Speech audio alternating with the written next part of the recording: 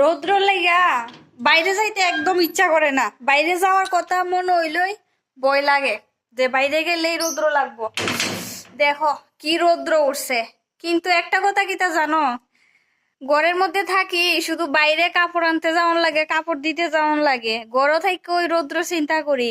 আর এমনও মানুষ আছে, এমনও মানুষ বাধ্য, আমার বাবা এই কৃষি কাজ করে, তো এই রৌদ্রের মধ্যে বাবা কেমনে ক্ষেতের মধ্যে কাজ করে, মানে ভাবলে ঠিকই অনেকটা কষ্ট লাগে। খাতা একটা ধুয়ে দিছিলাম আর কয়েকটা কাপড় ধুয়ে দিছিলাম, তো ফট করে শুকাই গেছে গা। আর এদিকে কয়েকটা দিছিলাম, দেখো এদিকে খাতা আছে একটা, আর তোমার দাদা ভাইয়ের গামছা আছে, আমার নাইটি আছে। তো ইডি একটু ভিজা আছিল, তো ইডির একবার উল্টাই দিয়ে গেছি, আর ইটারেও একবার উল্টাই দিয়ে গেছি, ওখানে আবার উল্টাই দিমু। শুকাই গেছে গা, আর শুধু একটু একটু ভিজা রয়েছে। খাতা ডিরে উল্টাই দিয়ে লাইছি। আর এত গরম লাগতেছে পুরা। এদিকে দেখো গাছের অবস্থা কিতা, গাছ একদম পুরা ফুটা হয়ে গেছে গা। রৌদ্র এত রৌদ্র দিছে, বৃষ্টি দিলে বৃষ্টি দে, আর যে সময় রৌদ্র দিব একবারে ফুরা ফাটাই লিব।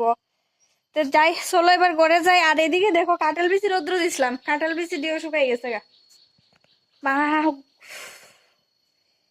কি গরম লাগছে পুরা। এত রৌদ্র বাইরে কয়ে লাভ নাই।